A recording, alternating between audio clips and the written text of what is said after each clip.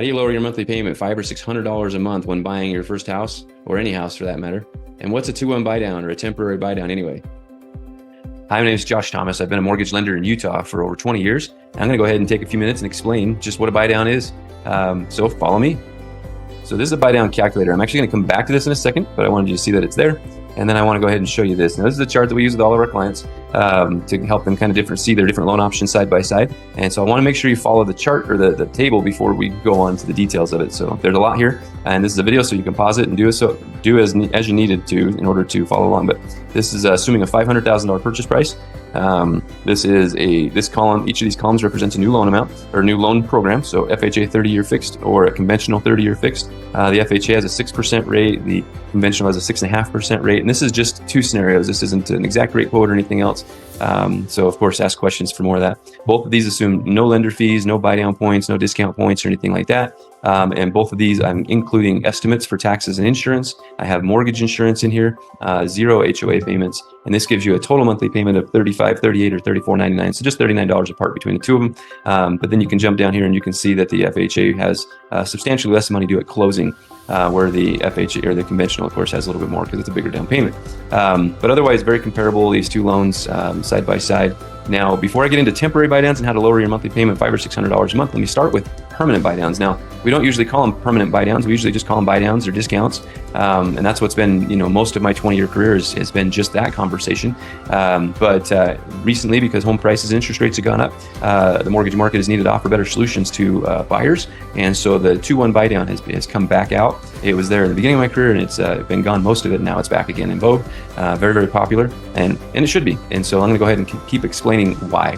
But before I get into that, let's dive a little deeper on the permanent buy down. So a permanent buy down would be if somebody was to pay extra fees up front. Let's just say they paid an extra 1% up front. That's going to cost them more in their closing costs, right? So 1% of the loan amount. So in this case, the loan amount's $490,000. So they're going to pay an extra $4,900 up front, and that's going to give them a potentially lower interest rate, somewhere between, today, if it's 6% rate, their permanent rate would drop down to 5.75, or maybe even as low as 5.5. Somewhere in that range is where their permanent rate would go to with that upfront fee of an extra $4,900. Okay, and that's permanent buy down. It's potentially a great option. It just depends on the marketplace and the buyer's strategy as to whether or not that's a good idea for them. But that's generally speaking, that's kind of how it functions, if that makes sense. That's permanent buy down. Now let's talk about a temporary buy down. Okay, so a temporary buy down is where we're actually going to temporarily lower that interest rate. And so let's come over here, and I'm going to start with a 2-1 because that's the most popular. So here's your $500,000 loan amount. There's your 3.5% down payment, and there's that 6% rate that we were just talking about. A 2-1 buy down basically means that your interest rate is lower by 2% for a year, for the first year, and then it's lower by just 1% for that second year, and then it goes to your permanent interest rate of 6%. So the first year interest rate is going to be 4%, second year interest rate is going to be 5%, and then from year 3 on, it's going to be 6%. Your 4% interest rate is going to save somebody $589 every single month.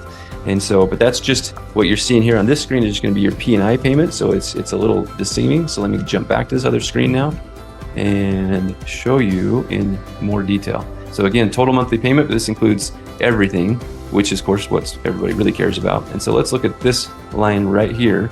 And this particular scenario that we're illustrating is on the FHA loan. And so that $29.38 is $589 savings from the permanent payment of $35.38. So the total payment that would be due each month for the first year, if somebody was to do this temporary buy down strategy here, the total payment is going to be $29.38 for a year, and then the next year is going to be $32.30, and then from year 3 on, it's going to be $35.38. Because again, that includes the taxes and the insurance and the mortgage insurance as well. Does that make sense? Hopefully it does. If not, let me know. And then let's go back to these temporary buy downs. So this is the 2-1 buy down. So again, 2% lower first year, 1% lower second year. But there's also a 3-2-1 buy down, which of course is cooler because that means it lowers your interest rate 3% the first year, 2% the second year, 1% the third year. Okay, same exact concepts. Your monthly payments just lower by that much. And again, this is what it would look like right here. As you see, your first year house payment would only be $26.64 for a year. And then it goes to $29.38 for a year. Then it goes to $32.30 for a year. And then finally to the $35.38 for the rest of the term. Okay, but there's also a 1-0 buy down. So all of these are called temporary buy downs. They're all the same thing. It's just temporarily lowering your interest rate.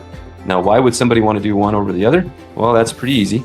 If you're doing a 3-2-1 buy down, which obviously is the best, that's going to be the lower monthly payment. It costs $21,000 to subsidize this mortgage or this buy down.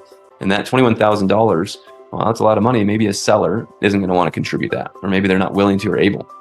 And if that's the case, it might be worthwhile still doing the 2-1 buy down. So again, 4.2%, 21,000. If you do a 2-1 buy down, it costs about half of that. All right. So pretty good savings. Still $589 a month savings, and it only costs half as much to set it up. Many sellers are willing to pay for that. And then, of course, if they're not, you still have the 1-0 buy down that still gives you a $300 reprieve for a year. And so maybe that's a great option as well. In fact, we can even finance this one when we close. So questions about 3-2-1 buy downs, 2-1s and 1-0s. Again, the cost difference, why would somebody choose one over the other? Couple of highlights to buy downs is number one, even if, let's see, there's probably two big pieces. So as I pointed out before, if you're doing a 2-1 or a 3-2-1, there's all this money that just got escrowed. If you're to refinance or sell the house right away, that money is actually still yours. It's not the seller's. It doesn't sit and go back to them if you pay off early or something.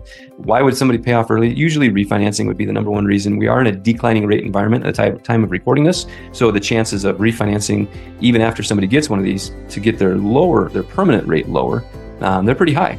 And so if they have just gone into this and maybe they're still in the middle of year one and they've only used maybe $5,000 of that subsidy, well, all the rest of it is just going to get refunded and applied to their payoff.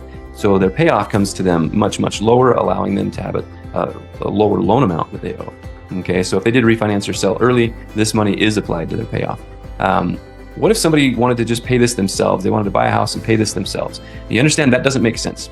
The reason it doesn't make sense is because all this money is doing is reducing your monthly payment, right?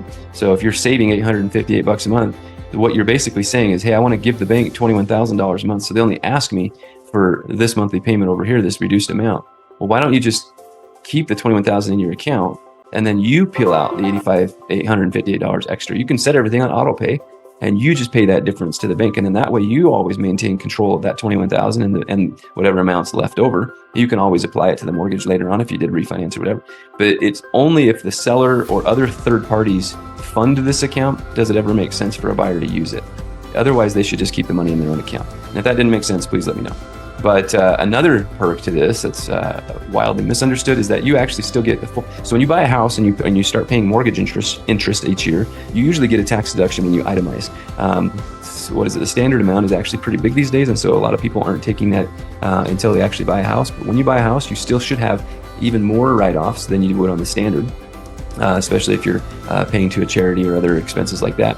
But the point is that you may be able to get tax benefits by paying interest each year. That's where some of the tax savings comes from. Well, if you're getting that and you take a lower interest rate of 3% on this 3-2-1 buy down, you actually still get the benefits of paying the full 6%. Even though out of your pocket's coming this reduced amount, the subsidy is paying the difference.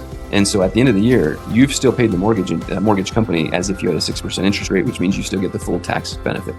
Okay, so any questions about 2-1 buy downs? I feel like I've covered most of everything that's in there. If you have any remaining questions, by all means, please reach out. If you are ready to get yourself pre-approved or ready to look at a refinance or something like that, or investment property, by all means, please reach out. Otherwise, keep looking for other videos and check us out and see what other information we can share with you that's useful. Thank you for all your time and attention, and share this if you found it useful to others. And we'll talk to you later.